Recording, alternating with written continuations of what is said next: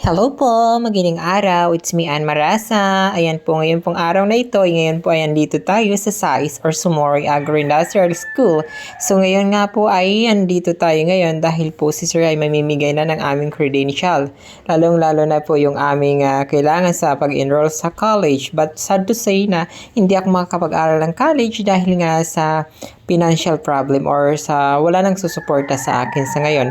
So, gustuin man natin na makapag-aral ng college pero hindi muna sa ngayon. Siguro may plano sigad na ibang bagay or mas better pa dyan. Kaya ngayon, so tis-tis muna tayo and wag nating pilitin yung magulang natin or wag nating pwersahin na tayo makapag-aral ng college. Kung tutuusin ay kaya naman natin talaga mag-aral ng sarili nating sikap. Pero sa ngayon, dahil may kinakaharap din akong health problem, so hindi ko kaya talaga mag-aral ng walang susuporta sa akin. So, ayun, share ko lang naman yan sa inyo. And ngayon, dahil parang last na natin itong vlog dito sa SAIS or dito sa school na to, dahil sobrang daming memories dito, memorable talagang place na to, dahil sa sobrang daming mga pagsubok, mga trials, iyakan, happiness, and tawanan, especially sa mga ka-classmates, sa mga masisipag at mga mababait kong teachers.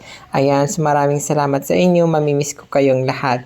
And ayun na nga, papunta na nga tayo dito kung saan yung ating room or kung saan si Sir mamimigay ng aming credentials.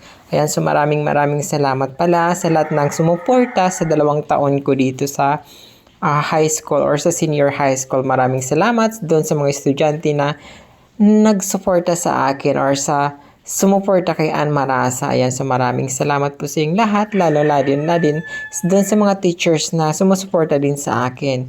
Ayan, so gusto ko lang din magpasalamat sa lahat ng patuloy na naniniwala at nagtitiwala sa aking kakayahan na kayang-kaya ko lumaban. Ayan, lalo na sa pamilya ko. Maraming salamat. Ayan, so ngayong araw nga ito ay tutuloy natin ang ating pagbablog. Ayan, so malapit na nga tayo dito sa school room natin. So, ayan, so, konting lakad-lakad lang, konting imot-imot lang muna tayo dito dahil nga parang na-miss ko talaga itong lugar na ito. And, mamimiss ko pa ito lalong-lalo na doon sa mga taong naging totoo sa akin dito sa loob ng 2 taon or sa loob ng eskwelahan na ito.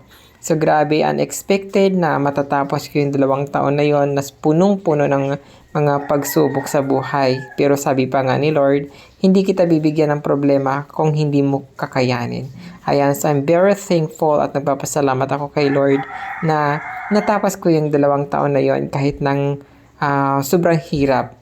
At maraming bisis na akong gustong sumuko pero kinaya ko pa rin dahil nga yan sa suporta ng pamilya, suporta ng aking mga kaibigan, mga teachers and classmates at sa lahat-lahat ng sumuporta sa akin. Kaya nagpapasalamat ako dahil nga sa ngayon ay nairaos natin yung 2 taon and hopefully sa mga susunod ay tayo makapag-aral ulit sa college. Ayan, so sariling sikap na lang talaga yung ating gagawin para makapag-continue tayo sa college. Ayan, so maraming salamat at iyon, so nakita ko na ulit ang aking mga ka-classmate, ang aking mga mahal na mga anak. Ayan, na-miss ko itong mga aking mga ka-classmate dahil nga sa ako yung matanda sa school or sa aming room or sa aming klase at ako rin yung kanilang tinatawag na mommy or ate. Ayan, so na-miss ko yan silang lahat dahil mahal na mahal ko yan sila. And sana lahat kami maging successful sa life kung saan man ang aming gustong puntahan at sana gabayan kami lagi ni Lord kung ano man ang aming gustong maabot sa buhay. Hindi man namin maabot yung aming